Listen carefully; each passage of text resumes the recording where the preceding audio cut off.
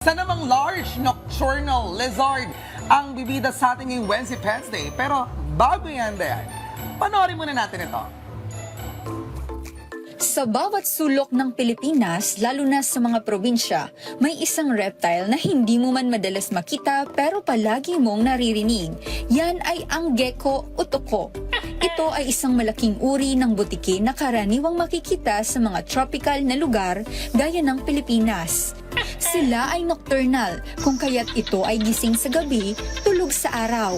Ngunit sa kabila ng kanilang misteryosong anyo, parami ng parami ang mga Pilipinong naaakit sa pag-aalaga ng tuko. Sa social media at online, pet communities, makikita ang mga larawan at video ng kanilang mga alagang tuko. Dito ay pinapakita ang kanilang makukulay na balat at kakaibang ugali. Kung kaya't kaugnay niyan upang alamin ang mga hakbang ng mga tamang pag-aalaga sa mga gecko, ay silipin natin yan dito sa Wednesday Pets Day. At kaugnay niyan, upang alamin ang natatayang katangian ng gecko, ay makakasama natin si Billy Sagursor. Hi, Billy! Welcome sa Rise and Shine Pilipinas! Ayan. At syempre, yung kanyang mga alaga. Yes. Ano ba yan? Bakit naman ito ang trip mong alagaan? Ang cute niya eh! Cute na kita ko sa mga pets mo. Eh kasi di ba usually dogs, cats, Yes. pero Oo. kakaiba yun Yes. sa'yo ha. Oh, why? Saan Ako po galing kasi before, interest? nag-alagan rin ako ng dogs and mga cats. Okay. Parang naghanap lang yung mata ko ng something new, something na hindi mo nakikita na the usual. Okay. Okay, so- Paano ba ang pag-aalaga ng gecko sa mga beginners siguro o Ayun. mga interesado? Eh, sa mga pag-alaga naman po, ito yung pinaka-best beginner reptile naman sila since sila may pinaka-konting requirements. Low Unlike maintenance, yes, sobrang ganun. low maintenance Oo. sila.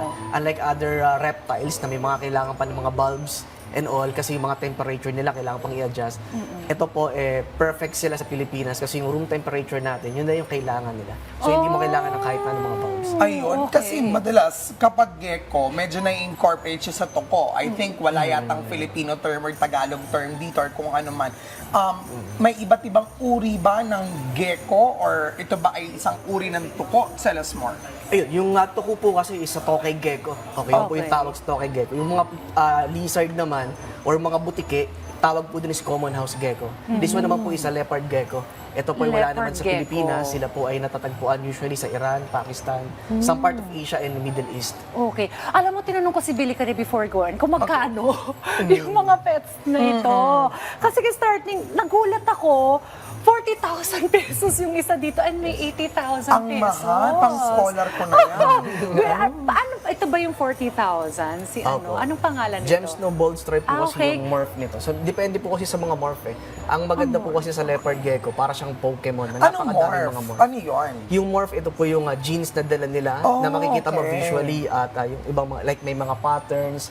Okay, meron man sa color nila like tangerines. Okay. Okay, sa dami ng mga alaga mong gecko, ano ang pinakamahal dito? Ito pong Black Knight. Ito yung Itong black pinaka-rarest line. morph. This one. Oo. Pwedeng hawakan. Pwede po. Pwede natin itong hawakan. Pwede natin ilabas. Makahawak Nagugulat ng ako. 80,000 worth of gecko. Galing ng Wait US lang. to, ha? Ito ay male or female? Female po. This Ang one is female. Mas mahal ba normally yung mga female or wala naman? Depende po eh. Pero usually sa mga high morph, mas mahal yung mga Ang males. ganda ng skin niya. Since ito para gamusa.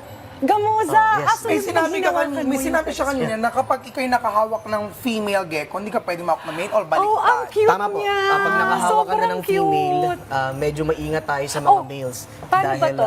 pag nagbe-breed po Hahayaan siya, mo lang hand over siyang- hand lang po. Ano to? Ba't parang yung okay. buntot niya parang biglang, kasi yung body niya liliit ng konti tapos lalaki Sa ulit tail, sa oo. buntot area. Ganun talaga Yes si po. gecko. Diyan kasi sila nag-stored ng fats. Kaya they can last for, actually, yung mga healthy geckos can last for 1 month or 2 months without eating. Basta meron lang sila. Talaga? Oo, tapos sumasayaw pa yan eh. Gecko.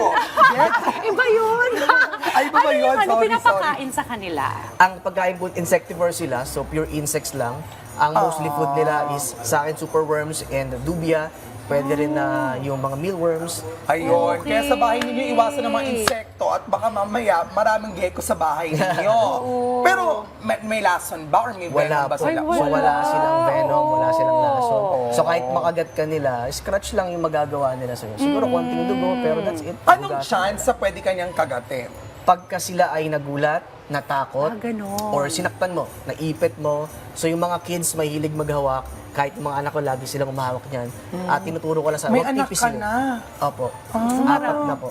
May hilig ang mga anak mo sa ganito. Yes, yes. And yes. even your wife, Yes po. mahilig din.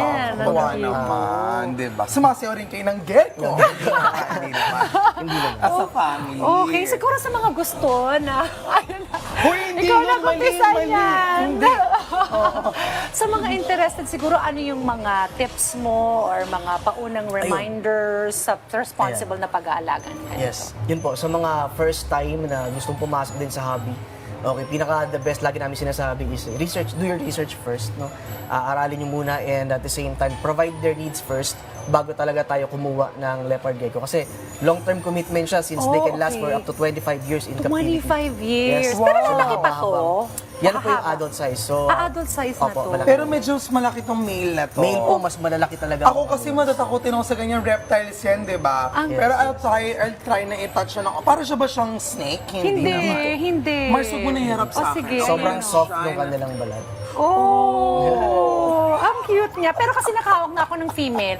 Sabi ni Billy kanina, pag nakahawak ka ng female, huwag ka na sanang humawak ng male. male. Kasi Wes, I dare you. Ayoko, maamoy daw nila, kakagat-kagatin ka niya. Ayun. So yun na yung Sige. safety reminder. Pero kasi naamoy nung isa, umaaligid, gumaganon-ganon na yung ilong niya. You know what? Ito- I can relate. Ito po ay 80,000 pesos. Pero what's the Yes. cheapest one kung mag-start ka ng siguro? Meron po tayo mga nasa around 5,000. 5K. With papers na din. And it can go as high As as high as 120,000. 120K. 120,000. Yung mga ganyan po na jet black, hindi ko lang dala. May mga crossbreed din ba sa ganyan? Wala na. Meron pong tinatawag na mga crosses. Kasi meron mga nila-line breed din po kasi sila eh. Eh, yung mga common lizards tapos biglang gecko, may na ganun na bang experience? Wala po, Wala. hindi sila yung... Sayang. Oo, ibang... Oo, may mga baby pa nga doon, Hindi ano? kaya eh. Social media accounts. Oo, yes, social media account. Ayun, social media accounts po, you can like and follow us at Walls of Exotics.